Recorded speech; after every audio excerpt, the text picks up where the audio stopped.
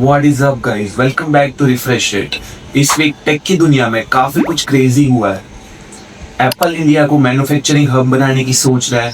Xiaomi ने अपना 17T tease कर दिया है।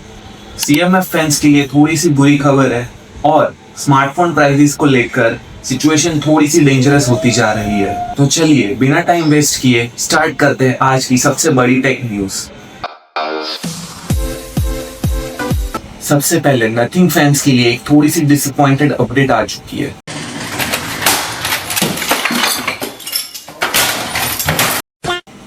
CMF फोन 3 Pro जिसका लोग बेसब्री से वेट कर रहे थे, वह अब लगता है कि थोड़ा सा डिले हो चुका है, क्योंकि लेटेस्ट लीक्स के अकॉर्डिंग रिपोर्ट्स बोल रही है कि हमें यह फोन अब जुलाई के बाद ही देखने को मिलेगा। नथिंग के लॉन्चेस यूजुअली काफी पॉलिश्ड होते हैं, तो यह नजर आता है कि शायद से ऑप्टिमाइजेशन चल रही होगी, लेकिन इस सब की वजह से हाइप तो डेफिनेटली थोड़ा सा कम हुआ है। अब चर्चा करते हैं एक सीरियस टॉपिक पे। तो आपने देखा होगा कि आजकल जो स्मार्टफोन्स नए लॉन्च हो रहे हैं उनके प्राइसेस काफी महंगे लग रहे होंगे। तो अगर ऐसा आपको लगता है तो आप बिल्कुल भी गलत नहीं हो।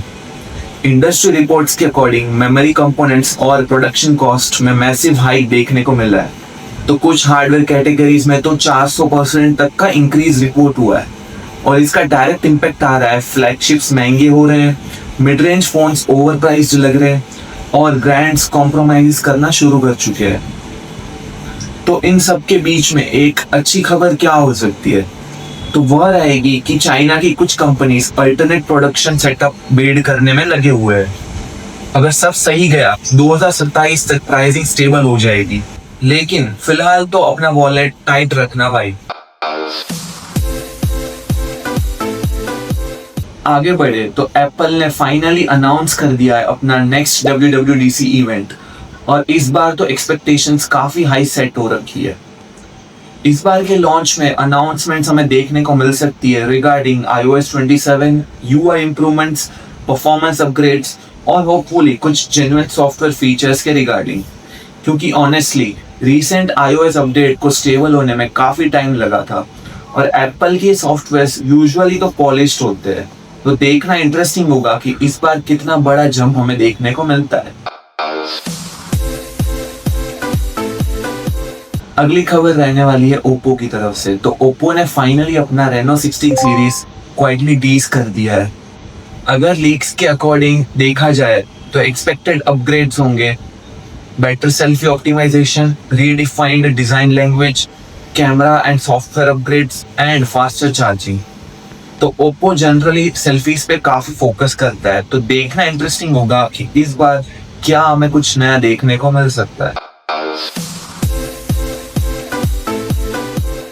एक और इंटरेस्टिंग ट्रेंड सामने आ रहा है।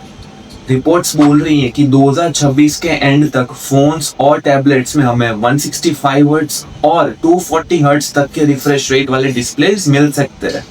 अब ऑनेस्टली बोलूं तो 120 हर्ट्ज ही काफी ज्यादा स्मूथ नजर आता है। तो ये प्रैक्टिकल इंप्रूवमेंट तो कम लग रही है और मार्केटिंग फ्लेक्स ज्यादा लग रहा है, लेकिन ब्रांड्स की तरफ से देखा जाए तो एक ब्रांड ने जैसे ही शुरू कर दिया ये ट्रेंड तो बाकी सारे ब्रांड उसी रेस में लग जाएंगे।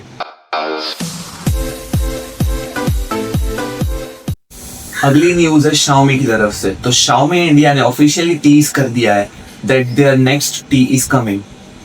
इसका ऑलमोस्ट क्लियर मतलब ये समझ आता है कि Xiaomi अपना 17T लॉन्च करने वाला है।